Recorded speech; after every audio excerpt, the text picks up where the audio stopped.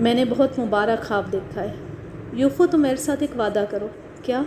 کہ تم ہر سال اگست میں مجھے جرمنی لایا کرو گے اور پورا مہینہ ہم یہاں اپنے اس گھر میں گزاریں گے جہاں ہمارا سنگم ہوا۔ ہو گیا وعدہ۔ اور مجھے ڈر لگتا ہے۔ کھل کے بات کرو۔ میں نے سنا ہے پاکستانی مرد، میرا مطلب ہے ان سے شادی سے پہلے مسلمان ہونا ضروری ہوتا ہے۔ ترمذی صاحب ہنسنے لگے۔ کرسٹل، اس شادی میں ساری مرضیاں تمہاری ہوں گی۔ جو تم چاہو گی وہ ہوگا، اور جیسے تم چاہو گی ویسی شادی ہوگی۔ میری طرف سے نہ کوئی مطالبہ ہے، نہ زور اور زبردستی۔ تو پھر میں اپنی مرضی کروں گی۔ ضرور کرنا۔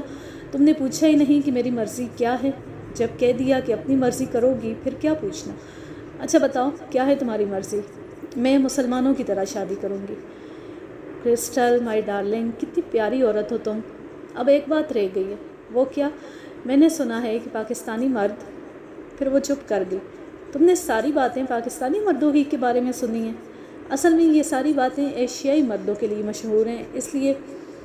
ہاں تو یہ کون سی بات ہے؟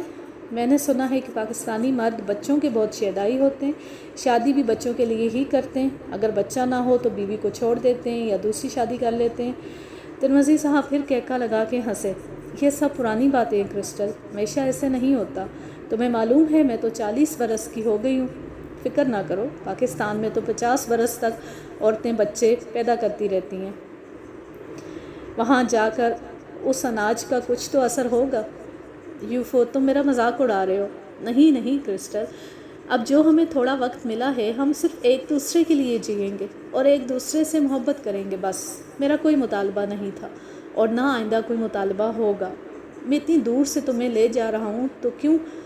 محبت کرنے کے لیے۔ اتنی زندگی گزر گئی، کسی سے محبت نہیں کی، رائیگاں گزر گئی ساری۔ یہ کہاں کا انصاف ہے کہ تمہیں محبت نہ مل سکے تو تم بھی کسی سے محبت نہ کرو۔ او یوفو، کتنی خوبصورت بات کی ہے تم نے۔ ہم تو ہوٹل پہنچ کے ریلوے اسٹیشن جائیں گے، تمہاری گاڑی گاؤں واپس کیسے جائے گی؟ تردد کرنے کی ضرورت نہیں، ہمارے جاتے ہی ہوٹل والے میری گاڑی میرے گیراج میں پہنچا دیں گے۔ تھوڑی دیر کے لیے خاموشی چھا گئی۔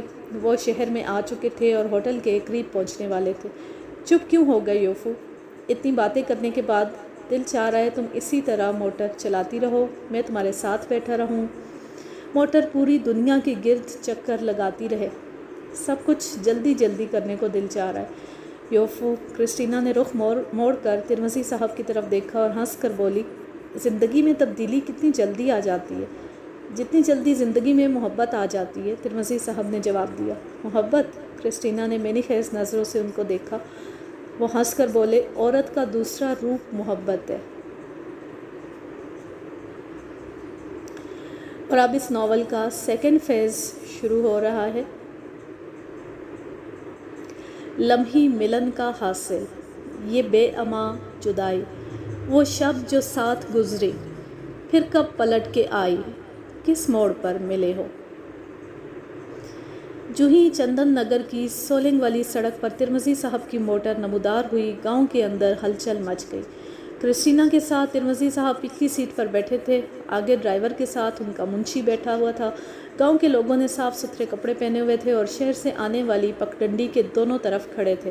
ان کے ساتھ گنگا جمنی کپڑے پہنے عورتیں بھی کھڑی تھیں۔ کچھ لوگ ٹولیوں کی صورت درختوں کے نیچے کھڑے تھے، کچھ کھیتوں کے اندر کام چھوڑ کر ان کو دیکھ رہے تھے۔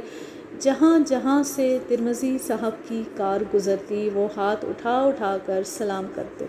ترمذی صاحب بھی اپنا ہاتھ شیشے سے باہر نکال کر ان کے سلام کا جواب دیتے جاتے۔ گاؤں کے وسط میں پہنچے تو ایک ٹولی نے ڈھول کی تھاپ کے ساتھ رقص کرنا شروع کر دیا۔ عورتیں آواز ملا کر گانا گانے لگیں۔ ترمذی صاحب بے اختیار ہنسنے لگے۔ یہ کیا کر رہے ہیں؟ کرسٹینا نے پوچھا۔ ہماری شادی کو سیلیبریٹ کر رہے ہیں، ان کو بڑا ارمان تھا میری شادی کا۔ Very fascinating. کرسٹینا نے پھر احتیاط سے سر پر سرخ دوپٹہ جمایا۔ کرسٹینا نے ہنی مون کے دوران ہی ترمذی صاحب سے کہہ دیا تھا کہ وہ جرمنی سے سیدھے ان کے گاؤں جائے گی۔ ترمذی صاحب نے اسے لاکھ سمجھایا کہ وہ ایک پسماندہ گاؤں ہے، وہاں شہری سہولیات نہیں ہیں، بڑی مشکل ہوگی، مگر وہ نہیں مانی، بس یہی کہتی رہی، تمہیں شادی کے بعد سب سے پہلے اپنے گاؤں جانا چاہیے، تمہارے بزرگوں کی خواہش تھی، تمہارے لوگوں کی خواہش ہے۔ ایک مرتبہ تمہاری بارات یہاں سے نامراد لوٹی تھی، اب تمہیں وہاں جانا ہوگا اور میری فکر نہ کرو، مجھے کوئی تکلیف نہیں ہوگی۔ میں اپنی خوشی سے تمہارے ساتھ جا رہی ہوں، جنگل بیابان میں بھی رکھو گے تو فرق نہیں پڑے گا۔ پھر بھی ترمذی صاحب احتیاطاً پہلے لاہور آئے تھے، وہاں صرف 2 دن رکے، اپنے دوست کی بیوی کے ساتھ کرسٹینا کو بازار بھیج کر نئے کپڑے دلوائے۔ وہ جانتے تھے کہ اگر وہ باقاعدہ دلہن بن کر نہ گئی تو گاؤں کے لوگ اسے دلہن کی صورت میں قبول ہی نہیں کریں گے۔ گاؤں والوں کو اپنے آنے کی اطلاع دے کر وہ گاؤں چل پڑے۔ گاؤں میں اب زیادہ عزیز نہیں تھے، ان کی 2 بڑی بہنیں فوت ہو چکی تھیں، ایک بہن کا خاندان لیبیا میں مقیم تھا، سب سے چھوٹی بہن ابھی تک سری نگر میں تھی، اس کا وہاں سے آنا محال تھا۔ البتہ ان کی اطلاع پا کر کچھ بھانجے بھانجیاں ضرور آ گئے تھے۔ حاجن خالہ کا تو ان کے ہاں مستقل قیام تھا، اسے انہوں نے تفصیل کے ساتھ ہر بات سمجھا دی تھی۔ اسی نے غالباً سارے گاؤں کو ان کی شادی کی اطلاع بھی کر دی تھی، اور اب سارا گاؤں ان کے اور ان کی دلہن کے استقبال کے لیے گھروں سے باہر نکل آیا تھا۔ جو سڑک ان کے گھر کو جاتی تھی اس پر باقاعدہ چھڑکاؤ کیا گیا تھا۔ چوکیدار نے گیٹ کھول دیا، موٹر حویلی کے اندر داخل ہو گئی، سارے عزیز اور ملازم دوڑ دوڑ کر ان سے ملنے لگے۔ انہوں نے جلد سے کرسٹینا کو بازو سے پکڑا اور اندر کو لپکے۔ اندر صدر دروازے میں حاجن خالہ بڑا سا پھولوں کا ہار لیے کھڑی تھی، انہوں نے جھٹ دلہن کے گلے میں ڈال دیا۔ ترمذی صاحب نے کہا، حجن خالہ اب اپنی بہو کو سنبھالو، یہ تمہاری زبان نہیں سمجھتی، میں ذرا گاؤں کے لوگوں سے مل لوں۔ ٹھیک ہے، میں اشاروں سے کام چلا لوں گی۔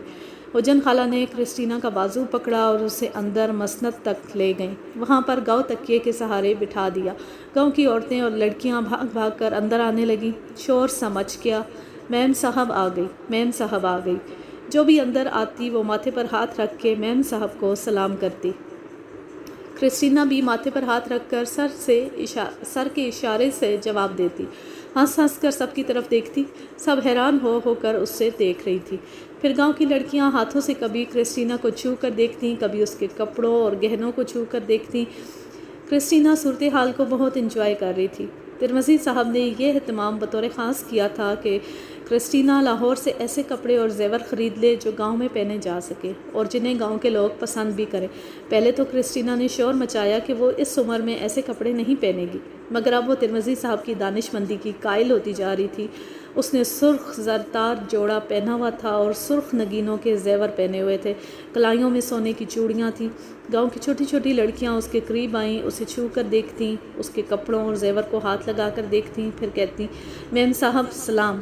اب تک وہ سلام کا مطلب سمجھ چکی تھی۔ حجن خالہ چائے بنا کر لے آئیں، انہیں اندازہ تھا کہ یہ ودیسی لوگ چائے بہت پیتے ہیں۔ اب تک تمام آداب اشاروں میں ہی طے ہو رہے تھے۔ رات گئے ترمذی صاحب فارغ ہو کر اندر آئے تو حجن خالہ بولیں، اے میاں، دلہن تو بیٹھے بیٹھے اکڑ گئی، تم نے پہلی رات ہی اتنی دیر لگا دی۔ کیا کرتا خالہ، تم نے بھی تو گاؤں میں کوئی بھولا بٹکا نہیں چھوڑا جسے ہماری شادی کی خبر نہ دی ہو۔ اب ہر آنے والے سے 2 باتیں تو کرنا ہی ہوتی ہیں۔ تم نے کچھ کھلایا میری دلہن کو؟ بس چائے کے ساتھ بسکٹ دیے تھے جو غریب نے کھا لی ہیں۔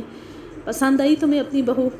وہ بن کر بولے، ہاں، دیر سے شادی کی تو آسمان سے چاند توڑ کر لے آئے۔ حجن خالہ کھڑی ہو گئیں، اپنے بٹوے میں سے 100 کا نوٹ نکالا اور کرسٹینا کی گود میں رکھ دیا۔ کرسٹینا گھبرا سی گئی۔ ترمذی صاحب نے اسے انگریزی میں سمجھایا کہ یہ خاندان کے بزرگوں کی طرف سے پہلا گفٹ ہوتا ہے، سلام کر کے لے لیتے ہیں، واپس کرنے سے بدشگونی ہوتی ہے۔ کرسٹینا نے مسکرا کر 100 کا نوٹ اٹھا لیا اور ماتھے پر ہاتھ رکھ کے سلام کیا، جیتی رہو، اللہ چاند سا بیٹا دے۔ یہ کہہ کر حجن خالہ اس کے سر پر ہاتھ پھیر کر اس کی پیشانی چومنے لگی۔ ہاتھ اس طرح پھیرا کہ اس کے سارے بال بکھر گئے، مگر وہ ڈر کے مارے چپ بیٹھی رہی۔ اس نے ہاتھ سے اپنے بال ٹھیک نہیں کیے کہ خدا جانے دلہن کے بال بکھرا دینا بھی ان کی کوئی روایت تو۔ ترمذی صاحب بولے، حجن خالہ آج کھانا ملے گا یا ہم بھی دلہن کا منہ دیکھ کر پیٹ بھر لیں؟ اے میاں یوسف، تمہاری چھیڑ چھاڑ کی عادت ابھی تک نہیں گئی۔ کھانا تو تیار رکھا ہے، اب تم نے اندھیا دیا ہے تو میں اس پر لگا دیتی ہوں۔ اور سن لو، وہ جاتے جاتے واپس آ گئی، کل میں نے تمہارے ولیمے کا بہت بڑا بندوبست کیا، ابھی سے بتائے دیتی ہوں۔ خالہ، کہیں بڑھاپے کی شادی کا بھی ولیمہ ہوتا ہے؟ ولیمے شلیمے تو جوانی میں اچھے لگتے ہیں۔ واہ میاں، اب تم اپنا کوئی نیا دستور بنانا چاہتے ہو؟ اور تم کون سے ایسے بوڑھے ہو گئے؟ میں تو تمہارا ولیمہ دھوم دھام سے کروں گی۔ یہ کہہ کر باورچی خانے میں چلی گئیں، میز پر کھانا لگا کے انہیں بلا لیا۔ وہ دونوں کھانا کھانے لگے تو وہ پاس بیٹھ گئیں اور بولی، جس دن تم نے مجھے اطلاع دی تھی میں تو اس دن سے انتظامات میں لگی ہوئی ہوں، مگر خالہ ولیمہ تو ہم شہر میں کریں گے جہاں میرے دوست ہیں۔ کوئی بات نہیں، حجن خالہ بولی، گاؤں کے لوگوں کا زیادہ حق ہوتا ہے۔ اللہ تعالیٰ نے ترس ترس کر یہ دن دکھایا ہے، ایک فیشنیبل سا ولیمہ شہر میں کر لینا۔ خالہ، یہ فیشنیبل ولیمہ کیا ہوتا ہے؟ ترمذی صاحب نے شرارت سے پوچھا۔ میاں، آپ مجھے تنگ نہ کرو، میں جانتی ہوں آج کل ہوٹل میں پارٹی کر لیتے ہیں اور اسے ولیمہ کہتے ہیں۔ ترمذی صاحب زور سے ہنسے۔ کل ساتھ کے گاؤں کے مہمان بھی آئیں گے، میں پہلے سے بتا رہی ہوں، اپنی دلہن کو گٹ پٹ کر کے ساری بات سمجھا دو۔ اب تو مجھ سے بات کرنے کا موقع دو گی تو اسے کچھ سمجھاؤں گا۔ خالہ کھڑی ہو گئی۔ بس میں برتن اٹھا لوں، تم دونوں اپنے کمرے میں جاؤ، لے جاؤ دلہن کو اپنے کمرے میں اور آرام سے سو جاؤ۔ کرسٹینا کو چندن نگر میں آئے پورے 15 دن ہو گئے تھے۔ وہ جب جرمنی میں تھی تو ہر وقت اسے صاحب کہتی رہتی تھی۔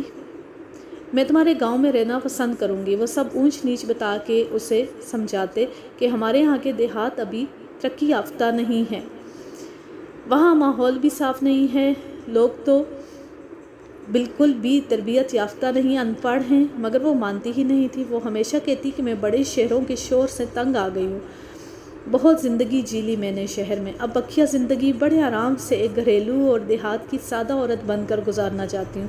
کافی تکرار اور اصرار کے بعد یہ طے ہوا کہ ترمذی صاحب اسے 1 مہینہ کے لیے گاؤں میں چھوڑ جائیں گے اور اس سے 1 مہینہ کے اندر وہ خود فیصلہ کرنے کے قابل ہو جائے گی کہ آیا اب بھی وہ گاؤں کی زندگی کو ترجیح دیتی ہے یا نہیں۔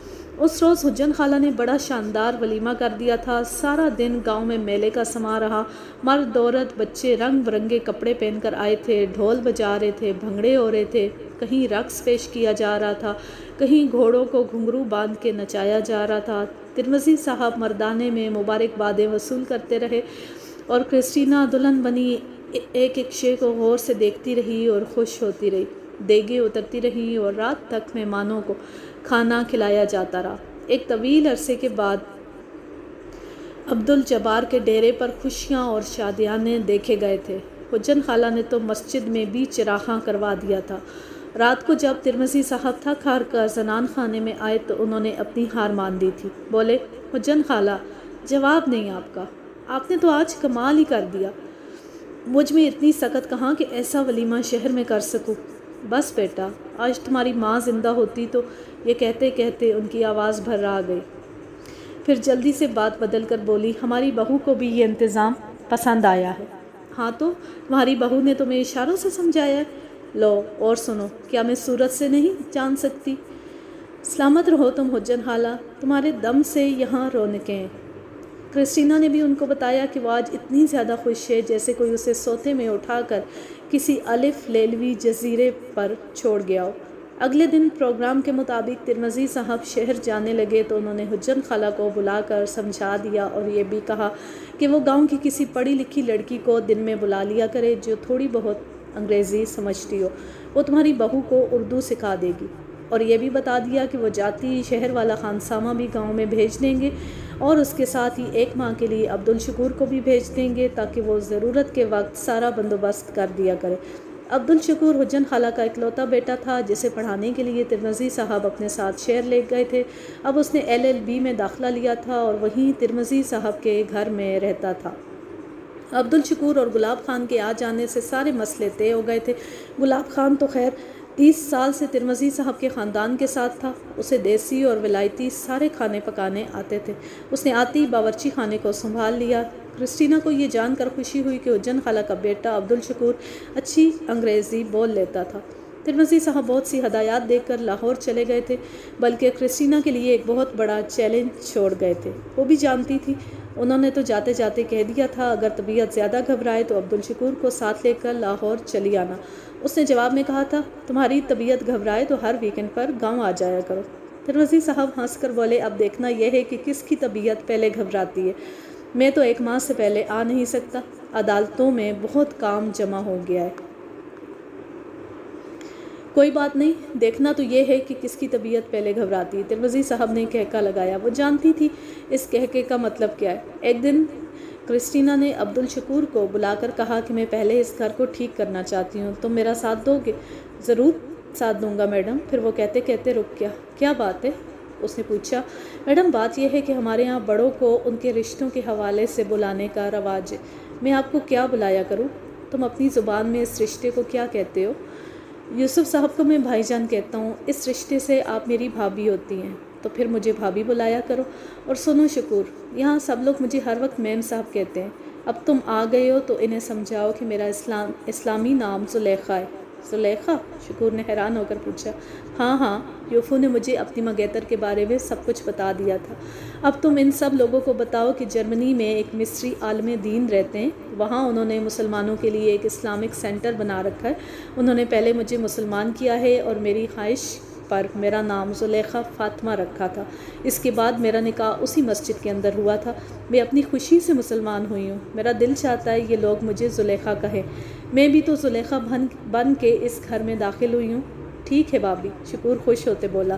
میں تو ابھی سے آپ کو زلیخا بھابھی کہنا شروع کر دوں گا، امی جان کو بھی سمجھا دوں گا، پھر دیکھیے گا سارا گاؤں ہی آپ کو زلیخا کہنے لگے گا۔ وجن خالہ نے سنا تو آ کر کرسٹینا کی پیشانی چوم لی اور بولی، اللہ تعالیٰ نے اس گھر کو زلیخا بیٹی دی ہے، مگر دلہن میں تو تمہیں زلیخا دلہن ہی کہوں گی، مجھے دلہن کہنا اچھا لگتا ہے۔ اس کے بعد زلیخا نے عبدالشکور کو ساتھ ملا کے گھر ٹھیک کرنے کا پلان بنایا اور اسے سمجھایا کہ گھر میں کیا کیا کرنا ہوگا اور کاریگر کہاں سے آئیں گے۔ شکور نے بتایا، زلیخا بھابھی، اس گاؤں کے لوگ بہت کاریگر ہیں، ہر قسم کا کام جانتے ہیں۔ چونکہ یہاں کام نہیں ہوتا اس لیے بڑے شہروں میں چلے جاتے ہیں۔ میں تمام مقامی کاریگروں کو بلوا کے کام پر لگا دوں گا، مگر یہ سارے کام جلدی جلدی ہونے چاہیے۔ تمہیں معلوم ہے تمہارے بھائی نے مجھے چیلنج دیا ہوا ہے۔ بس آپ فکر ہی نہ کریں زلیخا بھابھی، میں بھی یوسف بھائی کا تربیت یافتہ ہوں، ان کو بھی چٹکی میں کام کروانے کی عادت ہے۔ اور سنو شکور، دوسری بات یہ کہ دن کے وقت مجھے تھوڑی دیر کے لیے گاؤں کے اندر لے جایا کرو، ہر گھر میں لے جا کر میرا تعارف کروا دو، میں ہر گھر کا مسئلہ سننا چاہتی ہوں۔ ونڈرفل بھابھی، یہ تو اور بھی اچھی بات ہوگی۔ مجھے بتاؤ یہاں لڑکیاں اور لڑکوں کے کتنے اسکول ہیں، کتنے ہیلتھ سینٹر ہیں، کتنی فصلیں ہوتی ہیں، کسانوں کی ضروریات کیا ہیں؟ یہ سب باتیں مجھے ان کے قریب جانے کا موقع دیں گی۔ میں اب آ گئی ہوں تو ان کے لیے کچھ کرنا چاہتی ہوں۔ زلیخا اور شکور نے مل کر 15 دن میں ساری حویلی ٹھیک کر لی۔ حویلی اتنی خوبصورت ہو گئی، یوں لگتا کہ نئی تعمیر ہوئی ہے۔ اس کے بعد زلیخا نے باقاعدہ گاؤں کے ہر گھر میں جانا شروع کر دیا اور اس کے آگے مسائل کا انبار لگنے لگا۔ نور بی بی کو گاؤں کے سب لوگ ماں جی کہتے تھے۔ عبدالجبار صاحب کی وفات کے بعد وہ سارے چندن نگر کی ماں بن گئی تھیں۔ ہر ضرورت میں سب کے کام آنا ان کی زندگی کی آخری خوشی رہ گئی تھی۔ حویلی کے اندر کئی یتیم و یسیر لڑکے لڑکیاں پال رکھے تھے، بعد ازاں ان کی شادیاں بھی کروائیں۔ یہی کوئی 20 سال پہلے حلیمہ گجری اپنا 5 سالہ بیٹا پکڑے ان کی حویلی میں آئی اور پھر رو رو کر اپنی داستان غم سنائی۔ حلیمہ گجری گوالوں کی بہو تھی، یہ لوگ دودھ بیچتے تھے۔ گاؤں میں بڑے اعتبار والے گردانے جاتے تھے۔ اس کے شوہر کو زیادہ بھینس خریدنے کا جنون ہو گیا، اس نے کمیٹی بنا ڈالی۔ کمیٹی میں کئی قسم کے لوگ شامل ہوئے، بلکہ اس گاؤں سے باہر کے لوگ بھی شامل ہو گئے۔ ہر مہینے 1 لاکھ روپیہ نکلتا تھا، جو بہت بڑی رقم تھی۔ جب کمیٹی آدھے راستے میں پہنچی تو ایک شخص اپنے حصے کی کمیٹی لے کر ملک سے باہر بھاگ گیا۔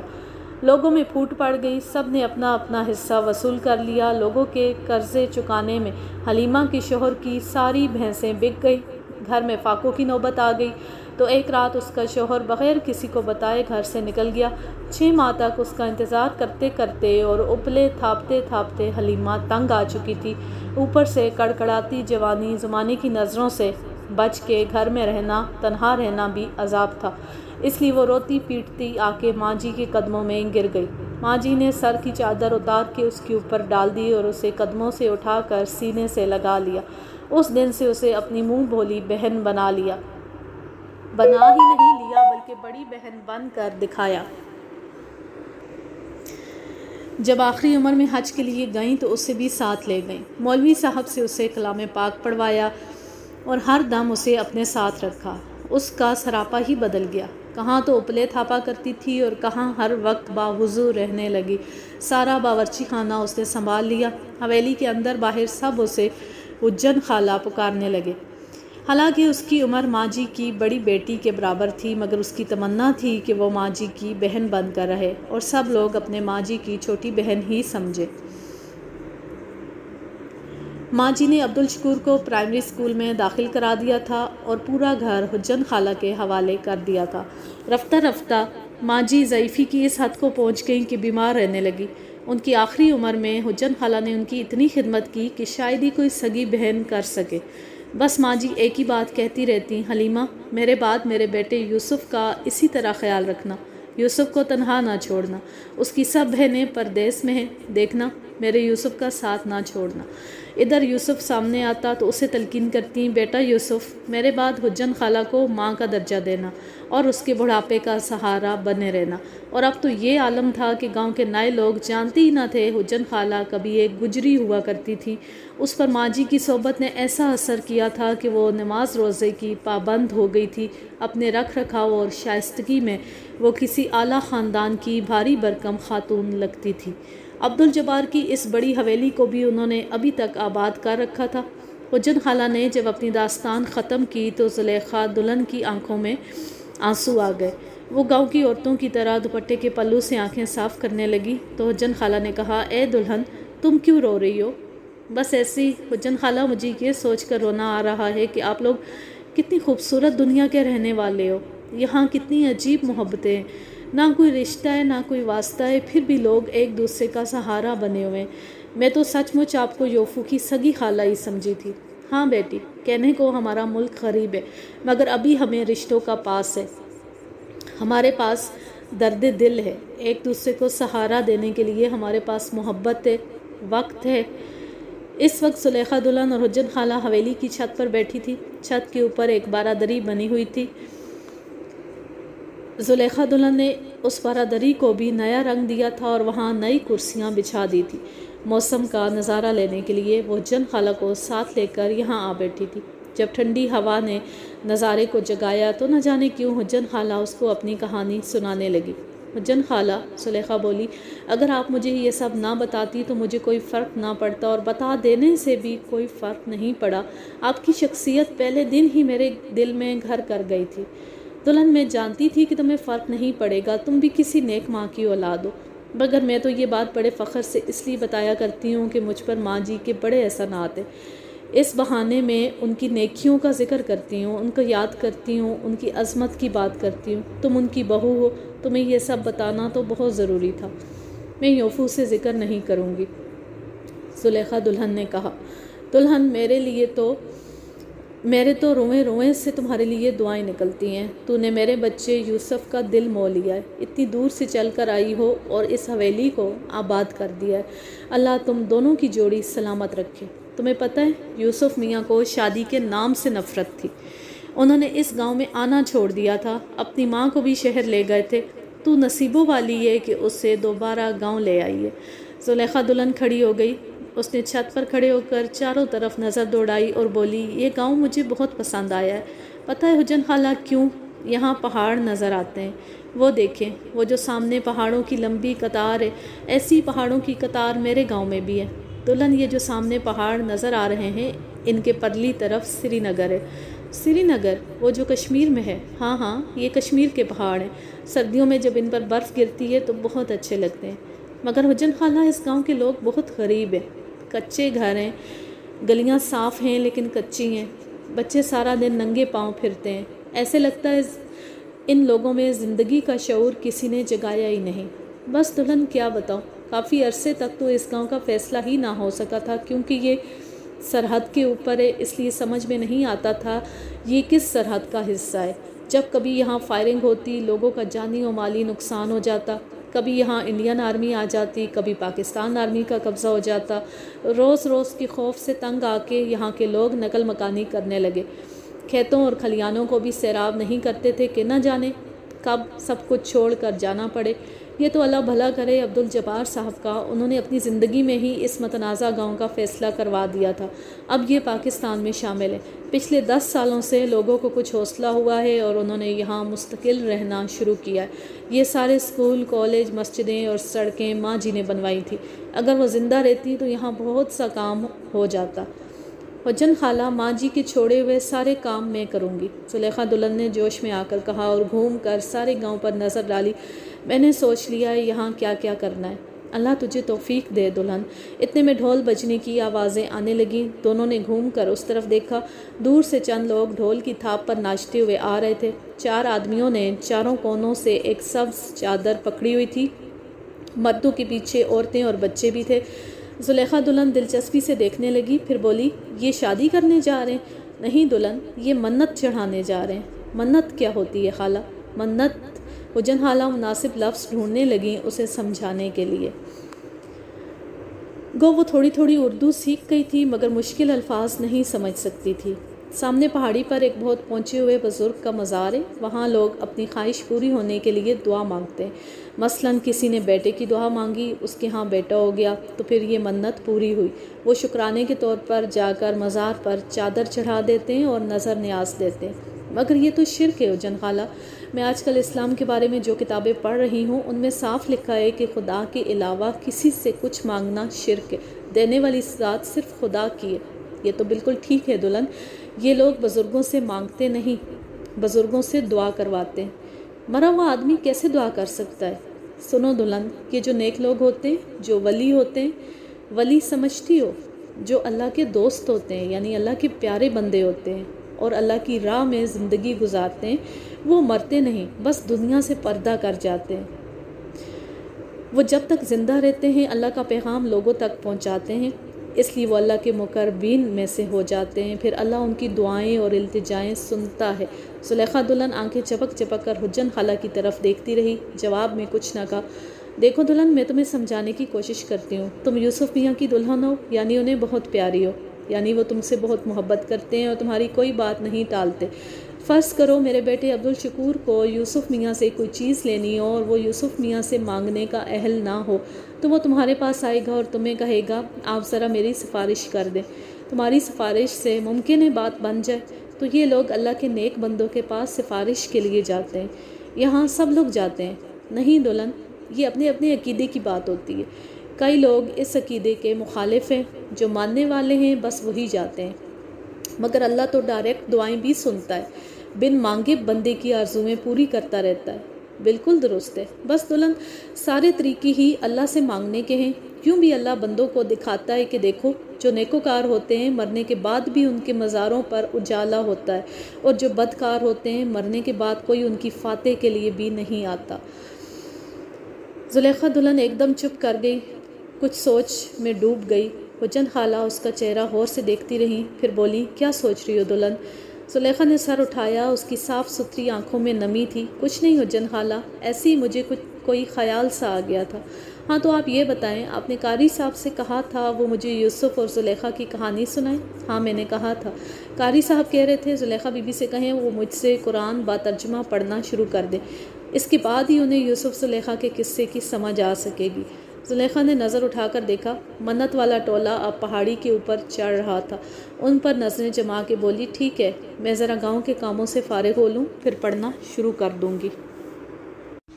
آج کے لیے بس اتنا ہی۔ اب میں لیتی ہوں آپ سے اجازت۔ جہاں رہیں خوش رہیں، شاد و آباد رہیں، ہنستے مسکراتے رہیں۔ اللہ حافظ، اللہ نگہبان۔